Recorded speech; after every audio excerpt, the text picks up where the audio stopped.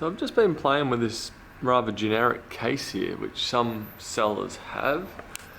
And recently I just moved a whole bunch of second-hand parts into it. Bought cheap RGB case that cost me nothing, except the amount of breathing space.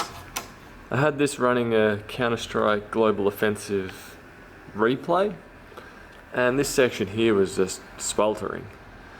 And that happened within about 5 minutes.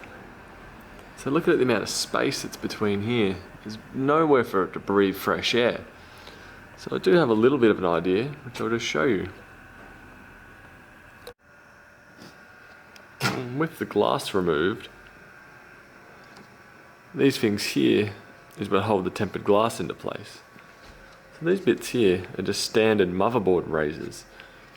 So the idea that I've come up with, if I can remember where I've put them, is on some of the older cheap cases, you used to get these small little, I'm not sure what material they are, but my idea will be to do this on all the legs.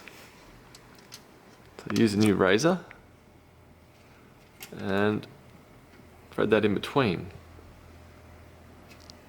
So the idea is, from there, this will push over, tempered glass, this can't push any further back. We've got that bit there holding it, and that should give us a bit more breathing space at least. So I'm going to do that to all of them. And as you can see, I've now got 1, 2, 3, and 4. Let's get that front on there and tighten it up. So even now I've just that slight gap along here, no deeper or no more than a pinky. You actually feel the air getting drawn in around it, where previously it was completely suffocated. Actually, I don't mind the look of it now, even though it's sticking out slightly further. As you can see here, it is giving it a hell of a lot more room to breathe compared to before, where it had absolutely nothing. We'll be running some tests on it. Probably won't see it in the video though, by conclusion. But also the side panel here, same theory. I'm probably going to do the exact same thing. Do note though, there is a couple of different versions of these. One where thumb screws are able to screw into it, others where they aren't, which I did discover. So I don't think I've got enough in my collection here to do it.